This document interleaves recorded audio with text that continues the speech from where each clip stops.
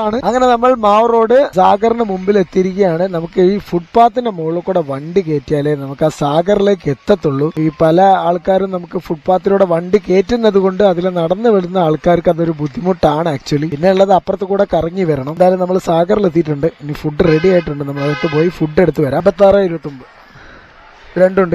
ചായ ഉണ്ടല്ലേ? ഓർഡറിന്റെ കൂടെ ഒരു ചായ ഉണ്ടല്ലോ, സാഗറിന്റെ നല്ല കിടിലൻ ചായ. അപ്പൊ ഈ ഓർഡർ നമ്മൾ ഐശ്വര്യമായി പിക്ക് ചെയ്തിട്ടുണ്ട്. ഇത് നമുക്ക് കൊണ്ടു കൊടുക്കാനുള്ളത് നമ്മുടെ PT ഉഷ റോഡിലുള്ള സില്ല ഹൗസിംഗ് കോളനിയിലുള്ള ഒരു വീട്ടിലേക്കാണ്. നമ്മുടെ സ്ഥിരം കസ്റ്റമർ ആണ് കേട്ടോ. ഇങ്ങനെയുള്ള കസ്റ്റമർ ഡാറ്റാ ബേസ് ഉണ്ട് എനിക്ക് സ്വിഗ്ഗിയിൽ. ഇത് എല്ലാവർക്കും ഇങ്ങനെ കിട്ടുന്നുണ്ടോ എന്ന് എനിക്കറിയില്ല. ആഴ്ചയിൽ ഒരു 2-3 പ്രാവശ്യം ഈ വീട്ടിലേക്ക് ഞാൻ പോവാറുണ്ട്. ഇതെനിക്ക് സ്ഥിരം കസ്റ്റമർ ആണ്. സോ ഇതാണ് പാരഗന്റെ ഭാഗം എന്ന് പറയുന്നത്. എന്റെ റൈറ്റ് സൈഡിൽ ഈ ഒരു ഭാഗത്ത് കൂടെ പോകുമ്പോ പാരഗന്റെ ബിരിയാണിയുടെ സ്മെല്ലുണ്ടല്ലോ മൂക്കിലേക്ക് ഇങ്ങനെ അടിച്ച് കേറും ഗൈസ്. പക്ഷെ വേറെ വലിയ കാര്യമൊന്നും ഉണ്ടായില്ല. എനിക്ക് പേഴ്സണലി അവിടുത്തെ ബിരിയാണി ഭയങ്കര ബോറായിട്ടാണ് തോന്നിയത്. ഇപ്പൊ കഴിഞ്ഞ വീഡിയോയിൽ പറഞ്ഞ പോലെ എനിക്ക് ഏറ്റവും ഇഷ്ടം കുറ്റിച്ചിറയിലെ ബിരിയാണിയാണ്. അവിടുത്തെ ബിരിയാണിക്ക് ഒരു കല്യാണ ടേസ്റ്റ് ആണ് ഗൈസ്. ഇവിടെ 200 രൂപയും കണ്ടാണ് ബിരിയാണിക്കുള്ളത്. പക്ഷെ എനിക്ക് പേഴ്സണലി വളരെ അത് ലൈക്ക് ആയിട്ടേ ഇല്ല.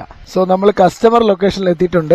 നേരെ കാണുന്ന വീട്ടിലേക്കാണ് നമുക്ക് പോകേണ്ടത്. ഓൾറെഡി എനിക്ക് അറിയാവുന്നതുകൊണ്ടാണ് കേട്ടോ അത്. അപ്പം പുട്ട്, മുട്ടക്കറി, ചായ ഇവിടെ വെക്കട്ടെ.